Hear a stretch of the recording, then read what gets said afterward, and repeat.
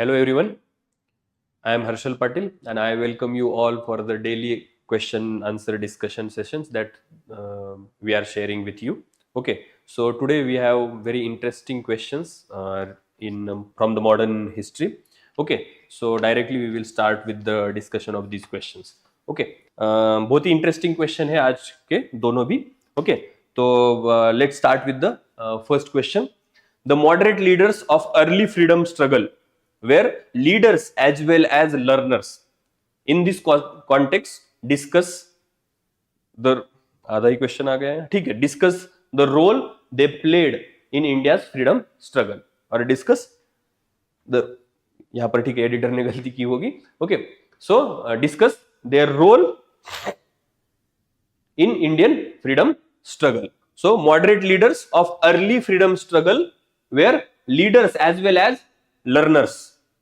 अब यहां पर क्या है, इन दिस कॉन्टेक्स्ट तो हमें पता है कि जो मॉडरेट लीडर्स थे they were the earliest organised group. Organise important word है यहां पर, they were the earliest organised group कि जिन्होंने कुछ तो रिस्पॉन्स ऑर्गेनाइज वे में ब्रिटिशर्स को देना शुरू किया था और दे एस्टेब्लिश्ड और दे सोड the seeds of early nationalism. हमें यहां पर मालूम है कि फिरोज शाह मेहता हो, रानडे हो, गोखले हो, ये सारे नाम हम किस में इंक्लूड करते हैं, अर्ली मॉडरेट लीडर्स में. दादा भाई नौरोजी हो. ओके, तो उन्होंने क्या रोल प्ले किया है, उसका इंपॉर्टेंस क्या था और ये स्टेटमेंट का मतलब क्या है कि early freedom struggle were leaders as well as learners. तो वो तो लीडर भी थे, लेकिन ब्रिटिश रूल किस तरीके का एक्सप्लॉइटेटिव रूल है, वो किस तरीके से रिस्पॉन्ड करता है, ये उनको भी नहीं पता था. तो as the time passed on they were also learning कि किस तरीके से इस ब्रिटिश रूल को क्या करना है, रिस्पॉन्ड करना है, किस तरीके से कौन सी स्ट्रेटेजीज अडॉप्ट करनी है. तो वो तो लीडर थे और लीड करते करते ब्रिटिशर्स के बारे में, इस रूल के बारे में, कॉलोनियल रूल के बारे में खुद भी लर्न कर रहे थे. तो गलतियां भी कर रहे थे, गलतियों से सीख भी रहे थे. इस तरीके से कुछ तो इसका मीनिंग बन जाता है. तो उस तरीके से आपको ध्यान में रखना है, moderate leaders of early freedom struggle were leaders as well as learners. In this context, discuss the role they played in India's response to British rule. Okay, तो उस हिसाब से फिर इंट्रोडक्शन में आपको क्या लिखना है. तो इंट्रोडक्शन में आप मॉडरेट्स से शुरुआत कर सकते हो कि उन्होंने वो कौन थे, क्या रोल प्ले करते थे. देन एक दो नाम उसमें आप लिख सकते हो. आगे जाकर भी आपको बॉडी में भी उनके कुछ लोगों के नाम लिखने पड़ेंगे, लेकिन बेसिकली उनकी आइडियोलॉजी क्या थी उस तरीके से आप इंट्रोडक्शन में लिख सकते हो. तो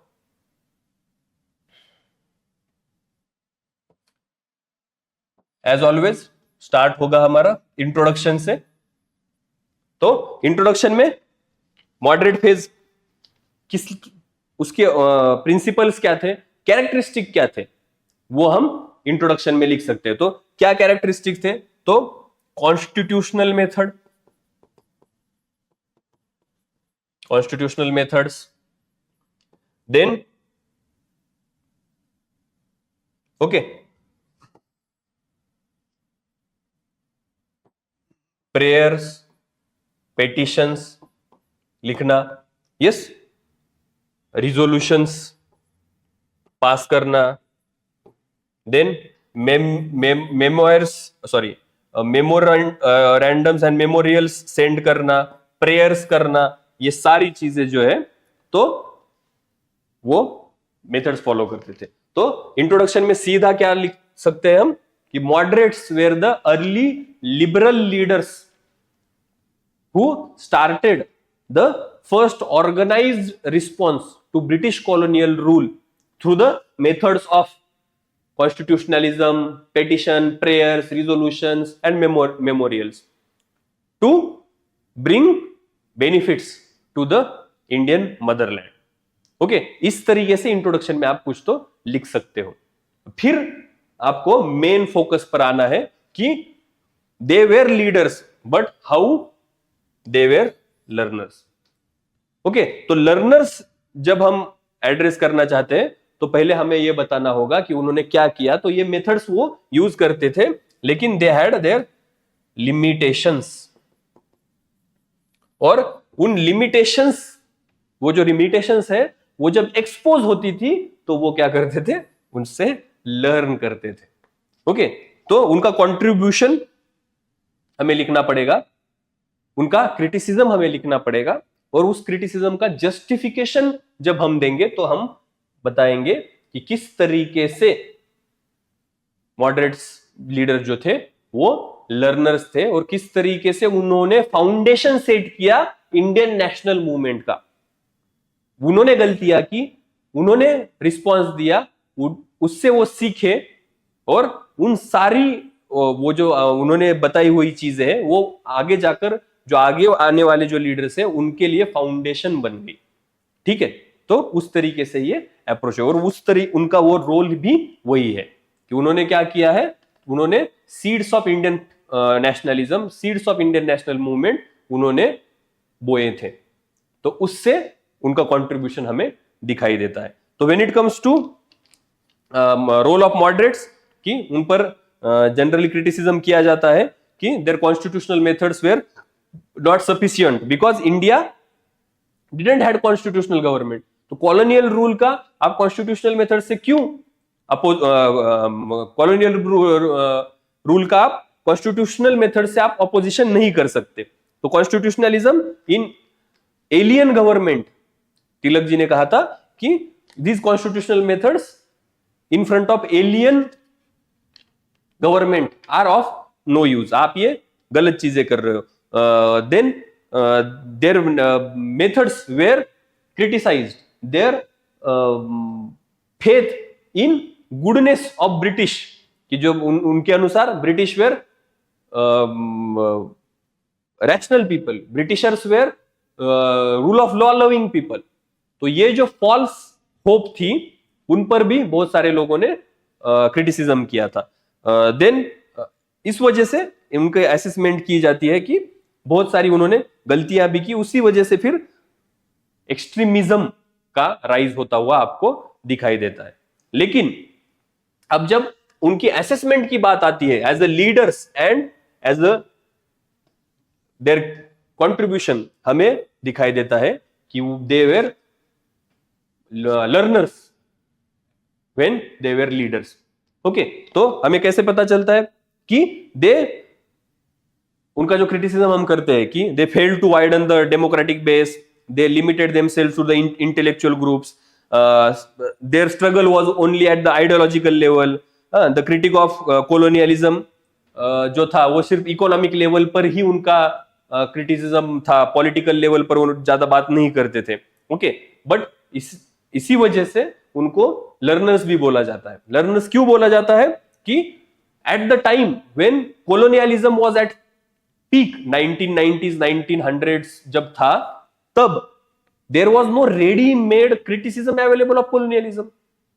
पहले तो किसी ने बुक नहीं लिखा था कि कोलोनियलिज्म किस तरीके से होता है. 100-150 साल ही हो रहे थे इधर उधर, भारत और एक दो देश में ही, बाकी दुनिया भर में कॉलोनियल स्ट्रगल्स ज्यादा चल भी नहीं रही थी. तो कोई किसी को मालूम ही नहीं है कि कॉलोनियलिज्म होता क्या है, किस तरीके से ऑपरेट होता है, इसका क्रिटिसिज्म किस तरीके से करना है. दुनिया में पहली बार ही चल रही थी ये चीजें, तो उसका अपोजिशन करना भी वो खुद सीख रहे थे, इसीलिए उन्हें लर्नर्स भी बोला जाता है. तो there was no readymade critic of colonialism available at that time. So जो कुछ भी कॉलोनियलिज्म का क्रिटिसिज्म वो कर रहे थे या कॉलोनियल रूल का क्रिटिसिज्म वो जो कर रहे थे, वो खुद ही अपने हाथों से तैयार कर रहे थे, नया क्रिटिसिज्म बना रहे थे और वो क्रिटिसिज्म कर रहे थे. उसमें फिर गलतियां हो सकती, इसलिए लर्नर्स भी उन्हें बोला जाता है. At the same time features of imperial empire were not at the surface set, की जो एक्सप्लॉयटेशन था वो धीरे धीरे धीरे सामने आ रहा था, और जो जब जैसे जैसे वो सामने आ रहा था उस तरीके से वो रिएक्ट कर रहे थे. तो entire picture of exploitative imperial and colonial rule was not available to them. तो डेक्कन में अगर डेक्कन राइट्स हो, किसी कहीं इंडिगो रिवॉल्ट हो, पाबना रिवॉल्ट हो, बाकी सारी चीजें हो, वहां से जो फीडबैक मिलता था उस पर ही वो एक्ट करने की कोशिश करते थे। इसीलिए स्टार्टिंग में क्या है कि स्टार्टिंग में सबसे ज्यादा पहले चीजें जो सामने आई वो थी इकोनॉमिक एक्सप्लॉयटेशन। तो स्टार्टिंग में आप देखोगे कि जो मॉडरेट्स थे वो किस चीज पर फोकस कर रहे थे, इकोनॉमिकल चीजें जो थी, एक्सप्लॉयटेशन था उस पर। तो आप देखोगे दादा भाई नौरोजी क्या लिखते हैं, poverty and British rule in India. Okay, तो पहले इकोनॉमिकल क्रिटिसिज्म आएगा, फिर बाद में पॉलिटिकल क्रिटिसिज्म। वो इस तरीके से वो खुद भी लर्न कर रहे थे। ओके, तो no readymade critic of colonialism was available, so they were learning to criticize colonialism. Features of imperial empire or colonialism were not at the surface, so they were trying to study, they were learning the negative or exploitative nature of imperial rule.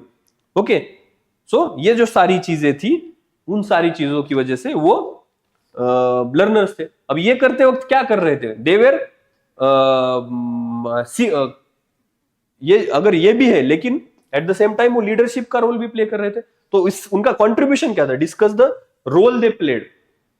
अब the discuss the role they played अगर जब होता है तो वहां पर क्या है, तो रोल में उनका होगा कि it is called as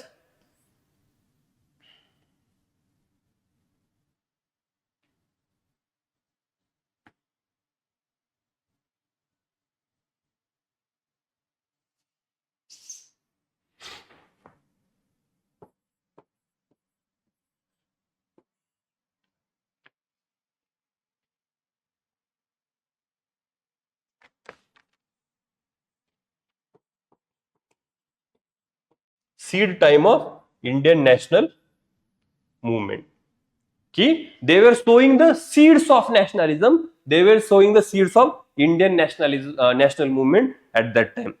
Okay, then their role कि they laid the foundation for the one of the most spectacular mass movement in modern world history. Their political work was based on rationalism. Their works were based on harsh ground realities which were devoid of sentimentalism. They did not bring any identities, caste हो, religion हो, ये सारी चीजें उन्होंने side में रख दी थी। तो लिबरल थे, रैशनल थे, इंटेलेक्चुअल थे, साइंटिफिक टेम्पर वाले थे। तो उन्होंने क्या किया, तो इंडिया की जो वैल्यू सिस्टम है रैशनैलिटी की, उनके सीड्स इंडियन नेशनल मूवमेंट के उन्होंने प्लांट किए थे। ओके, उसके साथ रानडे जैसे बात बोलते हैं कि दीज प्रेयर्स, पेटिशंस, मेमोरियल्स जो सारे हम एड्रेस करते हैं, ब्रिटिशर्स को देते हैं, वो सिर्फ ब्रिटिशर्स को नहीं है, वो लोगों के लिए भी है, लोगों का अवेयरनेस जनरेट करने के लिए भी है। ओके, तो उस तरीके से कि in the early stages their achievements were small and failures were big, but they were learning through their failures. So उनका क्रिटिसिज्म भी किया जाता है, लेकिन एट द एंड उन्होंने क्या किया है कि अपने फेल्योर से भी और अपने लर्निंग से भी उन्होंने क्या किया है, देश को एक राह दिखाई है। इसीलिए हम बोलते हैं they were learners as well, leaders के साथ। Through their failures they thought कि the struggle will emerge. Okay, and that is why Lokmanya Tilak ने बोला है कि extremist were the offshoots of the process started by the moderates. तो आगे जाकर जो स्वदेशी मूवमेंट हो और आगे जाकर जो एक्सट्रीमिस्ट मूवमेंट हो, गांधीयन मूवमेंट हो, यहाँ की वैल्यू सिस्टम हो, यहाँ ये जो सीधा लॉन्च कर सकते थे मूवमेंट, कहां से आया है, तो जो लर्निंग्स वो मॉडरेट्स स्ट्रगल से जो सीखे हैं, वहां से ये सारी चीजें आपको मिलती है। ओके, तो इस तरीके से इस क्वेश्चन को एड्रेस करना था। ओके, एक अच्छा सा ये क्वेश्चन था। Now moving on to the next question. Next question is the legacy of British Raj is so deeply entrenched into Indian system that it can be seen even in today's independent India. Discuss. Simple straightforward question है, legacy of British rule. Okay, so when it comes to legacy of British rule, various areas में आप उसको divide कर सकते हो, उसके examples दे सकते हो और आपका आंसर हो जाएगा। इजी क्वेश्चन है। यहां पर क्या होगा, जैसे हम फॉलो करते हैं हमारा टेम्पलेट, तो इंट्रो में क्या लिख सकते हैं, तो बेसिक सॉरी इंट्रो में कि किस तरीके से एक नेक्स्ट लेवल इंडोक्ट्रिनेशन हुआ है, या ब्रिटिश रूल जो है उसने किस तरीके से एक mix bag of legacy India में छोड़ी है। यहां पर आप बॉडी में पॉजिटिव निगेटिव दोनों भी कर सकते हो, लेकिन इंट्रोडक्शन अगर लिखना है तो it is a mix bag of legacy where some of them are worthy of continuing और प्रिजर्वेशन, जो ऐसे हम कर भी रहे हैं। For example rule of law हो, पार्लियामेंट्री सिस्टम हो, पॉलिटिकल सिस्टम्स हो, वो कुछ अच्छी चीजें थी, वो कंटिन्यू कर भी रहे हैं, लेकिन मोस्ट ऑफ देम जो अभी इंडिया को मिली है निगेटिव, वो भी ब्रिटिश कॉलोनियल लीगेसी है। तो इस तरीके से एक कॉम्प्लेक्स लेगेसी ब्रिटिशर्स इंडिया में छोड़ गए, जिसका पोस्ट इंडिपेंडेंट इंपैक्ट तो था ही था, उसके परकोलेशन अब तक चल रहा है।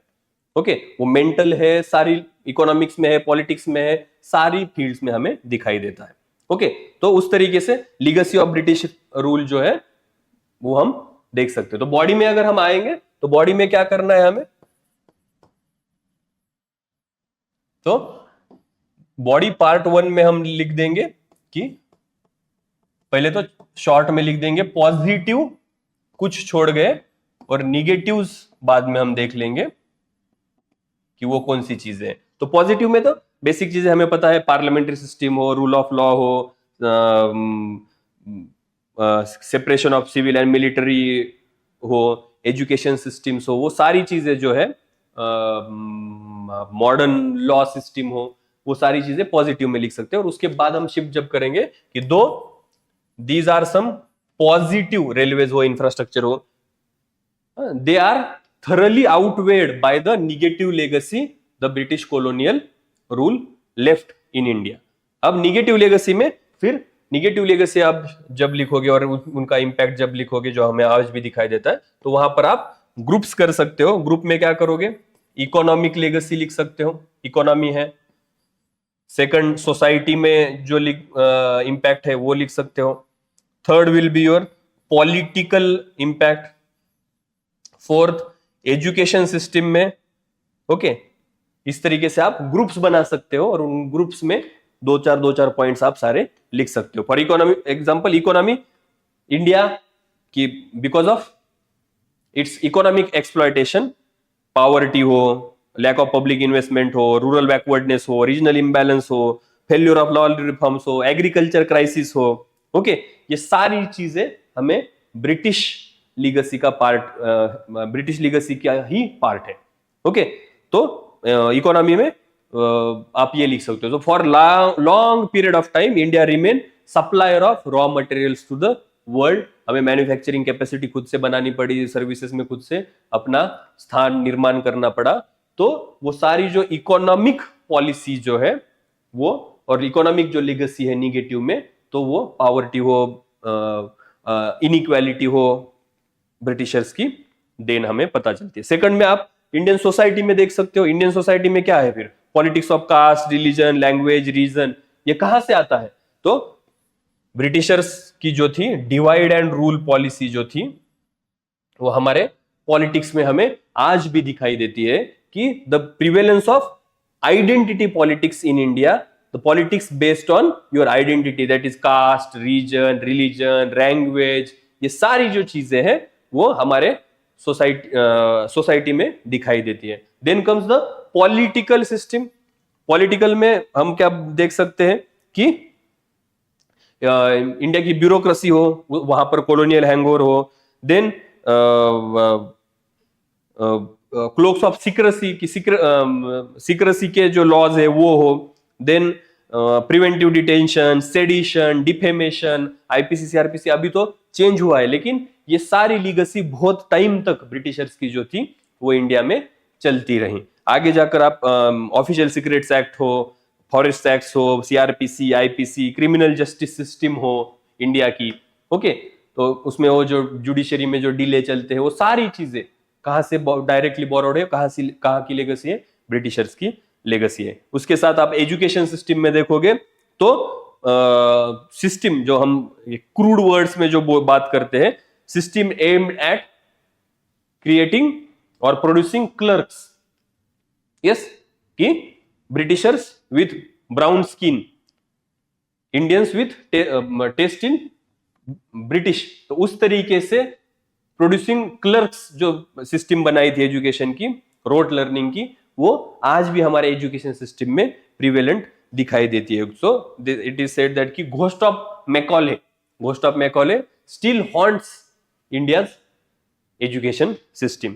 उसके साथ आगे जाकर आप अगर लिखना चाहते हो तो फॉरेन पॉलिसी में उसका इम्पैक्ट है, इंटरनेशनल रिलेशन में कि इंडिया का पार्टीशन हो और इंडिया के नेबरहुड के प्रॉब्लम्स हो, वो सारी चीजें हमें ब्रिटिशर्स की ही लेगेसी में हमें दिखाई देते हैं। ओके, सो निगेटिव में हमने देख लिया कि आइडेंटिटी पॉलिटिक्स हो, traditional economy was ruined, industries were in destroyed, okay, minimum utilities were develop, social deprivations was there. तो निगेटिव पॉजिटिव आप दोनों ही कर सकते हो। पॉजिटिव 2-4 लिख दीजिए, उसमें बॉडी में आपको लेना है 2, these are the some of the positive legacies, but they are thoroughly outweighed by the negative legacy that Britishers left in India.